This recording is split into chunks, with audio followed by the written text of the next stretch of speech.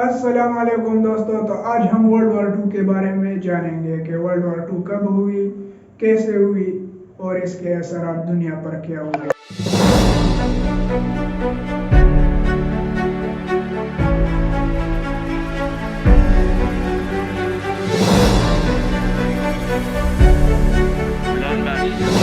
Hitler's war machine has launched its blitzkrieg against Western Europe, pushing it to the brink. असल में दोस्तों, जब हम इसकी बैकग्राउंड में देखते हैं कि ये एक दूसरी जंग अजीम क्यों हुई, इसके असबाब क्या थे। एक जंग अजीम अभी 20 साल पहले ही टल चुका था, तो ये क्यों हुई। असल में दोस्तों, अगर हम जरा फ्लैशबैक में चले जाएं और ट्रीटी ऑफ वर्साइल्स को देखें, जो कि वर्ल्ड वॉर फर्स्ट का इख्तिताम बना था, तो उसमें अगर देखा जाए तो जर्मनी पर बहुत ज़्यादा उनको वायलेट किया गया था, उन पर बहुत ज़्यादा पाबंदियाँ थी, मुख्तलिफ किस्म के उनको जोर दिया गया था उस जंग की वजह से।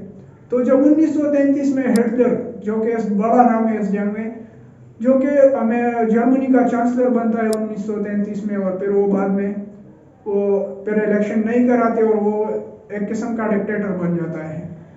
दूसरी जानिब इटली में भी मुसोलिनी का डिक्टेटरशिप था। जापान भी उस टाइम अपनी फौज की जो ताकत थी वो बढ़ा रही थी। तो ये जंग इस वजह से हुई कि उधर एक किस्म की जो खाना जंग स्टार्ट थी जर्मनी में, इटली में बेरोजगारी थी, लोग तंग थे डिक्टेटरशिप की वजह से। तो ये जंग एक दूसरा जंग होने का सबब बना। असल में दोस्तों, ट्रीटी ऑफ वर्साइल्स उस वक्त पहल हुई जब जर्मनी ने हिटलर ने 1 सितंबर पर पोलैंड पर हमला किया। हालांकि ट्रीटी ऑफ वर्साइल्स के मकासद यही थे कि ये दूसरी जंग अजीम को रोकने की कोशिश करेंगे, लेकिन जैसे ही हिटलर ने 1 सितंबर 1939 को पोलैंड पर हमला किया, जर्मन फोर्सेस उधर गए उन पर हमला किया, तो ये जंग दोबारा स्टार्ट हुई। अब हिटलर, अगर हम फिर फ्लैशबैक में चले जाए और देखें कि हिटलर ने हमला कैसे किया पोलैंड पर, जर्मनी पर तो पाबंदी थी ट्रीटी ऑफ वर्साइल्स में, लेकिन जब जर्मन, हमने जिस तरह पहले कहा, जर्मनी में जैसे ही हिटलर आ गया तो उसने अपने फौज को दोबारा कमजोर से एक ताकतवर की तरफ ले गए, उसे ताकत में लाना चाहा। फिर से जर्मनी को, जो जर्मन जिस तरह अपने आप पर प्राइड करते थे, वो फिर बनाना चाहते थे कि जर्मन एक अजीम कौम बने। वर्ल्ड वॉर फर्स्ट ने उनके बहुत नुकसान किए थे, तो हिटलर ने एक किस्म की आर्मी तैयार कर रखी थी। तो हिटलर ने जब 1 सितंबर को ये हमला किया, तो दूसरी जानिब फ्रांस और यूके ने भी पोलैंड के साथ जो अलायंसेस कर रहे थे, जो मुआहदे थे कि अगर पोलैंड पर हमला होता है तो फ्रांस और यूके उनकी मदद करेंगे। तो जिस टाइम जर्मनी पोलैंड में दाखिल होती है, उसी टाइम फ्रांस और यूके भी जर्मनी के खिलाफ वॉर डिक्लेयर कर देते हैं। लेकिन इसमें एक इंटरेस्टेड बात ये होती है कि जर्मनी अकेले पोलैंड पर हमला नहीं करती, वो सोवियत यूनियन के साथ एक मुआहदा कर लेती है और वो दोनों आपस में पोलैंड पर हमला कर देते हैं और फिर पोलैंड को आपस में बांट देते हैं। तो इससे एक तरफ से सोवियत यूनियन भी उस टाइम जर्मनी के साइड पर हो गया। लेकिन हमने पहले जिस तरह कहा था कि जो सोवियत यूनियन जो था वो यूके की तरफ था, तो अब उस टाइम तो जर्मनी के साथ था। फिर इसमें आगे ये होता है कि फिर सोवियत यूनियन बदल जाता है, फिर जर्मनी हमला कर देता है, तो आगे इंशाल्लाह बताएंगे। तो इस तरह से पोलैंड को इन लोगों ने तकसीम किया एक दूसरे के साथ और उन पर हमला कर दिया पोलैंड पर, और वर्ल्ड वॉर 2 स्टार्ट हो जाता है। दूसरी जानिब इटली जो होती है वो फ्रांस पर हमला कर देती है। जर्मन फौज जो कि बहुत तेजी से आगे बढ़ रहे थे, तो इस तरह से उन्होंने फिर डेनमार्क पर हमला किया और नॉर्वे पर हमला किया और उन दोनों को भी कब्जे में कर दिया, और वो उसी तरह से अपने रफ्तार के साथ चल।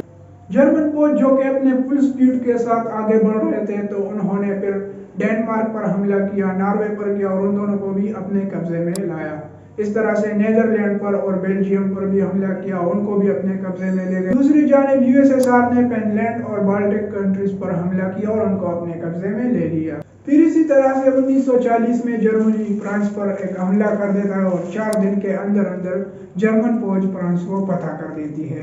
फिर इसमें दोस्तों आगे बैटल ऑफ ब्रिटेन होती है, जिसे दुनिया का सबसे बड़ा हवाई जंग समझा जाता है, जिसमें जर्मन और ब्रिटिश के जो हवाई जहाज होते हैं वो एक दूसरे पर हमला कर देते हैं।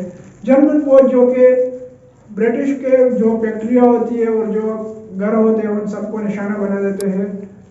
जवाब में ब्रिटिश एयरफोर्स भी बहुत ज़बरदस्त जवाब दे देते हैं उनको, जिसमें 1600 जहाज जो होते हैं, जो एयरक्राफ्ट होते हैं, वो जर्मनी के तबाह हो जाते हैं और तकरीबन 1000 के करीब ब्रिटिश के इसमें जहाज तबाह हुए।